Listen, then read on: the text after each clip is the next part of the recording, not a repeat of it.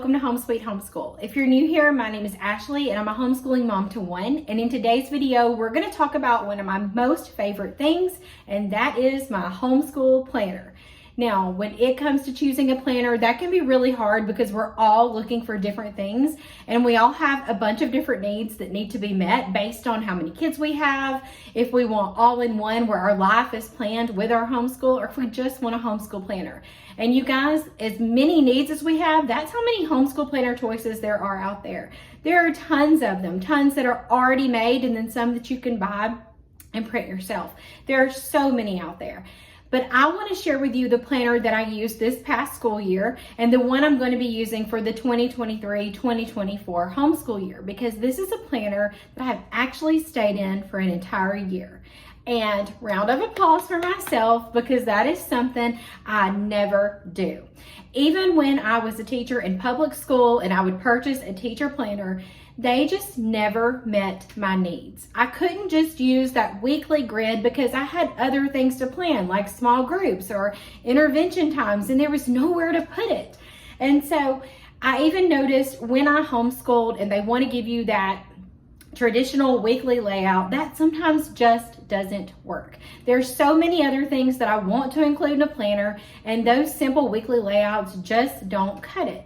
And so I've tried a bunch of different things over the years of me teaching and through homeschool. I've tried a lot of different things, but last year I think I found that unicorn that I've always been looking for, and that was this planner right here from the School Nest. Now, we love products from the School Nest. We purchased their notebooks last year. I have a video all about them if you want to see inside of them.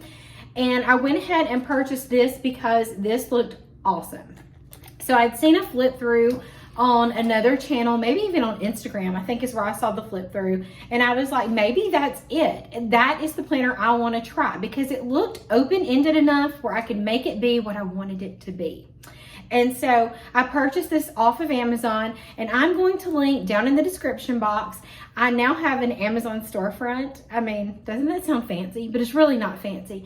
It's just an easier way for me to link the products that I actually use in my home instead of having to do individual links. So the link to my storefront will be down in the description box. And if you look under the category planners and notebooks, I think that it's either notebooks and planners or planners and notebooks. If you'll click on that, I will have this planner linked, as well as the planner I'm going to use next year, and then her other planners, because there are a ton of them.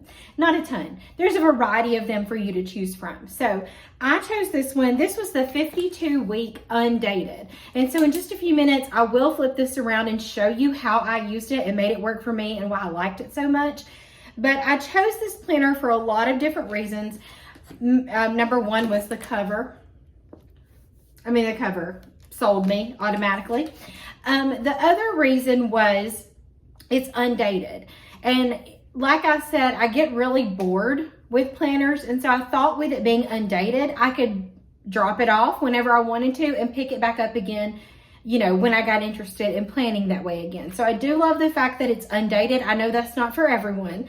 A lot of people, like my mom, love dated planners, but I just can't stick to a planner enough to have one dated. So I appreciated that it was undated. And the other thing I loved about it is there were plenty of blank sheets for me to write down ideas, curriculum, whatever, take notes, whatever I wanted to do. There was plenty of space for that, and you will see that when I go through how I used it. I do have a flip through of this if you want to see it not written in, and I will link that down below. But I'm going to show you how I actually used it in my homeschool for this year. So one thing to note is it does not come this way. It's just a book. It has a spine, and it's a bound book, and it has this perfectly soft, buttery cover on it. But I took it to Staples last year and had them cut the spine off of it, but they did not have a spiral big enough to bind this. So I just brought it home and used my Happy Planner punch, and I just put it in my Happy Planner rings because, these are pretty big, and they held it just fine. So this is an option if you want it, not bound, because it was hard to write like on the crease where Wednesday, Thursday would be. This worked out great. So I do recommend these nice big rings if you want to do something like that. So So this is what we're gonna go through and see how I used. And then let me just go ahead and show you real quick the one I chose for this year. Now here's the thing. I was just gonna keep using this one because this came with 52 weeks and we do not homeschool for 52 weeks. So I was gonna keep using this and then purchase one, and I was like, well, maybe I don't wanna use one next year, but then she had to go and make a homeschool planner with this cover. I mean, come on now, look at that. I'd already purchased the Nature Study Notebook because it looked like this. It wasn't this sage green, but it had this beautiful design on it. And when I found out she was putting this in planner form, it went straight to my Amazon cart because I love this. And as you can see, they did have a spiral this year that they could bind it with, but this is only 42 weeks. She did have to reduce the size of it, and they were able to fit it this year. So we'll look at this at the end of the video as well. So, yes, I like the cover. I love the fact that it was undated. And I think another reason why I like that it was undated is if, let's say you get off, like if you're going on a vacation, then that wasted a whole layout. And I do not like to waste things. And it would waste like that whole weekly layout, and I hated that. I could not stand that I had to skip an entire week, or it just messed the whole flow of everything up. So that kind of goes with the fact that I like that it was undated. But there are a lot of things I liked about it. There's a lot of ways to use this. So I want to get into how I used it, and then I'll show you the new plan. All right, let's take a look into my planner for this past year. Remember, I put it on these rings. It doesn't come like this, but we'll just look at what some of the pages look like. You do have a lot of empty space, and so like on this page, I just wrote some like example narration questions if I wanted to ask him. And then you have the 2 blank pages, and then it has a place for a calendar, and I just use this to kind of record when we did our units and what unit we were doing. And then this side, I did all of our field trips. Then there's another blank page. I saw someone, I was just watching it this morning, with the field trip page, they put a picture of the place they were going, and I thought that's a perfect idea. I want to do that in my next year's. Then here's our attendance. I started off coloring it and making it cute, and then you can tell didn't care when we got over there. I didn't do anything on these pages. This is classes, curriculum overview. I did not use those, but you may, I don't know. Then I have our book list, and I would check it off when we would rate the books that we read. Tons of pages for that. And then we had our curriculum. So as you can see, we started some things and didn't use it. This was for campfire, learn math fast, gather round, not consumed. I really liked these for like living healthy, because it was a health curriculum that we were just using a couple of times a week, maybe not even a couple of times. And we weren't doing them in order. And so even though they're marked off like we did them in order, we didn't always do them in order. We kind of paired them up with some of our gather round lessons. And as you can see, like we need to do these here. And I like to be able to keep track of things like that. Not necessarily our unit studies, because we know we're going to do the next lesson. But if we're using something and it's not in a particular order, these pages are really helpful.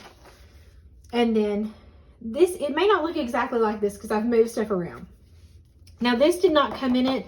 These are Happy Planner pages that I took and just put a little tab on it for our monthly calendar. And so I'm not gonna like show you everything, but they do come blank and then you fill them in. So I just used it for homeschool related things.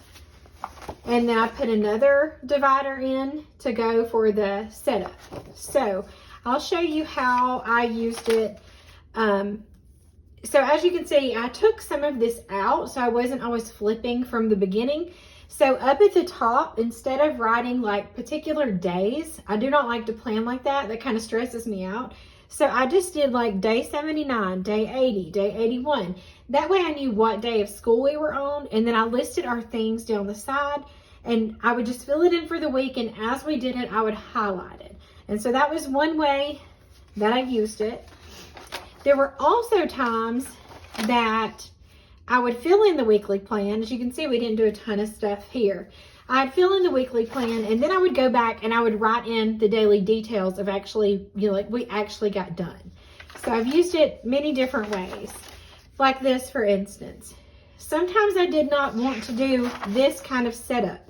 I'm just not in the mood. I get bored with this setup, and I didn't want to do this. And so instead, I would use the daily detail pages and the weekly reflections to fill out what I wanted us to do or what we actually got done. And I would just put the day at the top. And that way I could just draw me a little checkbox and I had exactly what we were doing each day. So this is when we, you know, depending on what unit we were doing, everything would just be written in here. And I did the same thing for this week. So you do get to start the week with a checklist. I never use that, but I'm thinking of using it this next year. But here again, this is what we did that day. And sometimes it was a lot, and sometimes it was just a little bit. And then like on this page, the reason why I liked having so much open space and the flexibility is here I was planning out some things for Spanish. So you have plenty of room to do all of that. So this is what a typical spread would start to look like. You have the weekly goals and notes this week, and then you have a place for a schedule. If your schedule is going to change, if your weeks don't look the same, I could see, you know, you using this. I never had a reason to use it. Here's another weekly plan. As you can see, I got bored, didn't finish. So it just looks very different. And then here I just used the daily details. And then on this weekly reflection, I was trying to plan what literature we were going to use next year. So I love the open pages and I do like the daily details.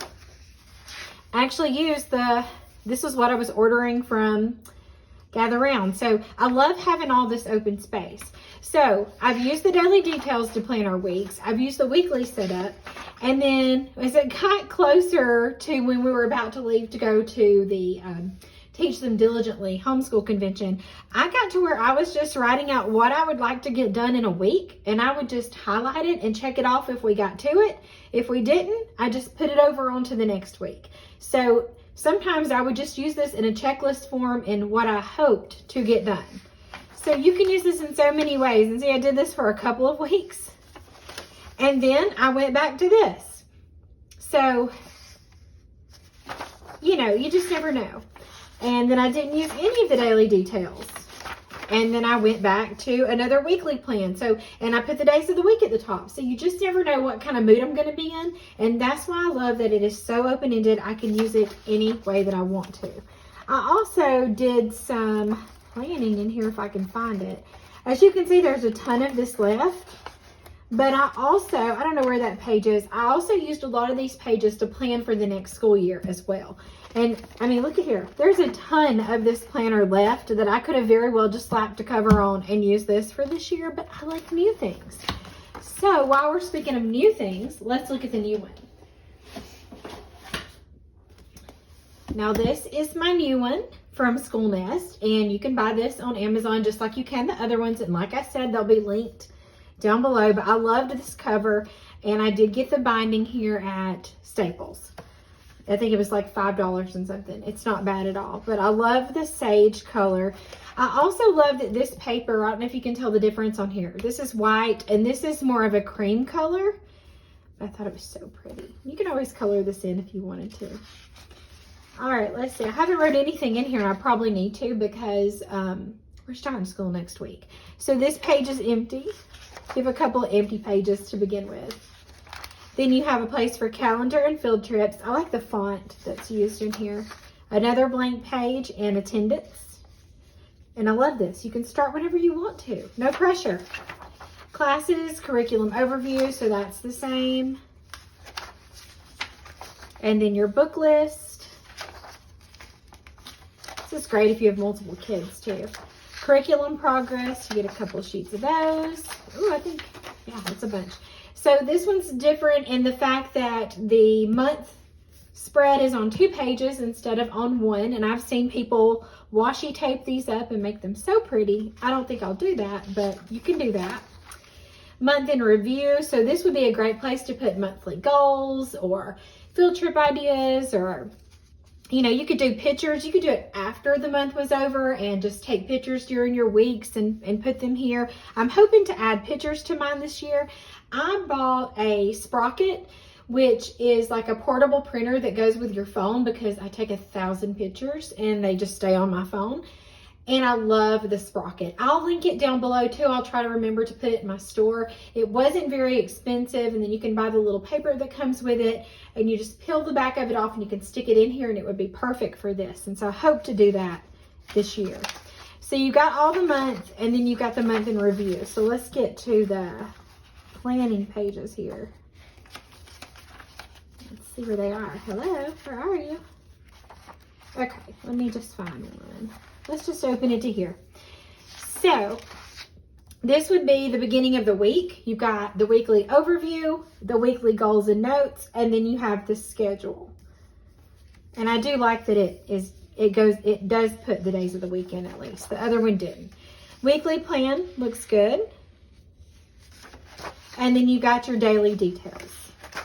And then you got your weekly reflection, which would be another great place to log things that you noticed about your kids for the week, or any mental notes that you need to put down if somebody needs more help in math, or things are not working and you're jotting down ideas. Or it could be a page full of positive things that happened, and pictures and your children's narrations, whatever you want to put there. That's why I love this. And that's exactly how it looks throughout the entire planner here. So I'll try to come back maybe at the end of the first 6 weeks and kind of show you how I've used it during the first 6 weeks. If I've put any pictures in it, I'll share all that with you, but I highly recommend these. The paper is great.